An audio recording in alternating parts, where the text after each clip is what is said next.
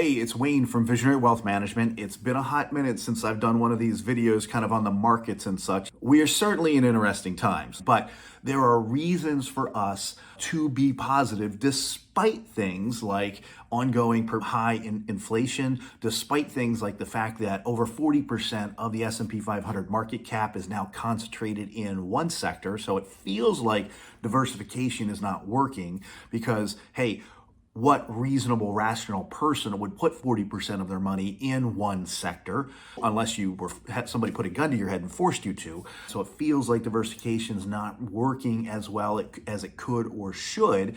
There are really three reasons that we are bullish about where the market's going for a diversified portfolio that looks at all 11 sectors of the S&P 500 and the markets in general. And we think that there are a number of reasons to be positive about the trajectory of the market. So let's get into them. Number one, corporate earnings. Corporate earnings have been more resilient than we thought they would be, and in a good way. So they've been going up at a systematic rate.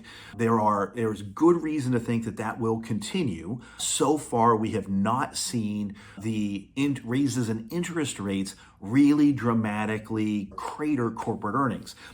It's having some effect on some industries or sectors. So commercial real estate, for instance, coming off of the highs of COVID, more people working from home, and now those buildings are having to be refinanced and the debt restructured without nearly the amount of rented space in them. So office space has gotten hit a lot. There are also things that in the interest rate market that are affecting regional banks that have been hit pretty hard. But the Federal Reserve Bank has been very resilient and very willing to work with regional banks and large banks to make sure they have enough cash flow to keep the gears of the economy going.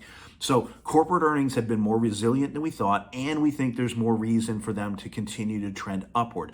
Number two is productivity. So this is an AI conversation. Artificial intelligence, we think, is going to have the long-term effect that the internet boom did. So we're in the early days, but one of the things and one of the reasons that we got the big boom in the 90s, we got the crash, and then we had a big push back from 2003 to 2007 in the markets, most of that was driven by productivity improvement. And we think that AI is, in fact, going to have a lot of positive impact on people's productivity, on worker productivity.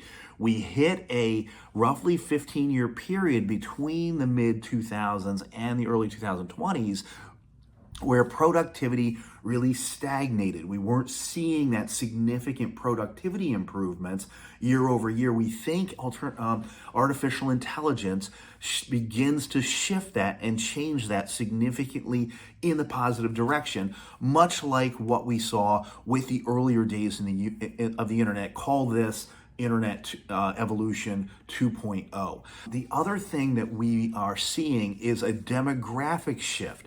So part of the reason we didn't get massive economic growth kind of coming out of the 2008 recession is because it was Generation X that was moving into their peak earning years. Remember, when people get to about age 35 to age 55, that 20-year window of time is when they're in their peak earning and peak spending years. The spending is really key for economic growth. On the heels of the boomers moving into retirement and spending down their assets was Generation X. And Generation X was, if you'll recall from some of my previous videos, a much smaller demographic block than the baby boomers. The boomers were 76 million people. Generation X was only 45 million people. What's happening right now is after Generation X, the millennials are aging into their peak spending years.